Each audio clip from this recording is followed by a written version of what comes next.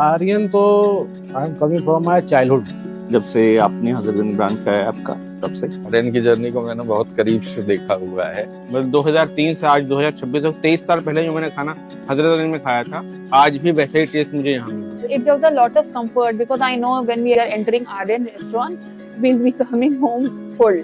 अब आप ये सोचिए, हमारे घर के जो बच्चे थे वो बाहर पूना गए, पूना में आयरन खुल गया, वो लोग वहाँ ज्वाइन किए आयरन। हमारा मतलब कोई और जगह से खाना आता ही नहीं, जब भी खाना हो तो यही आयरन से मंगाते हैं। पर्सनल टच जो उनका है हर कस्टमर के साथ, हर कंज्यूमर के साथ।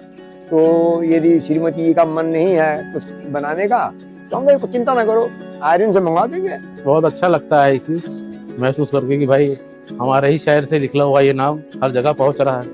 अगर आर्यन की टीम ने उन्होंने वर्क हार्ड किया तभी आज वो 25 साल सेलिब्रेट कर रहे हैं, नहीं तो 25 महीने लोग सेलिब्रेट नहीं कर पाते। Once again, best wishes to Aryan and Aryan family members.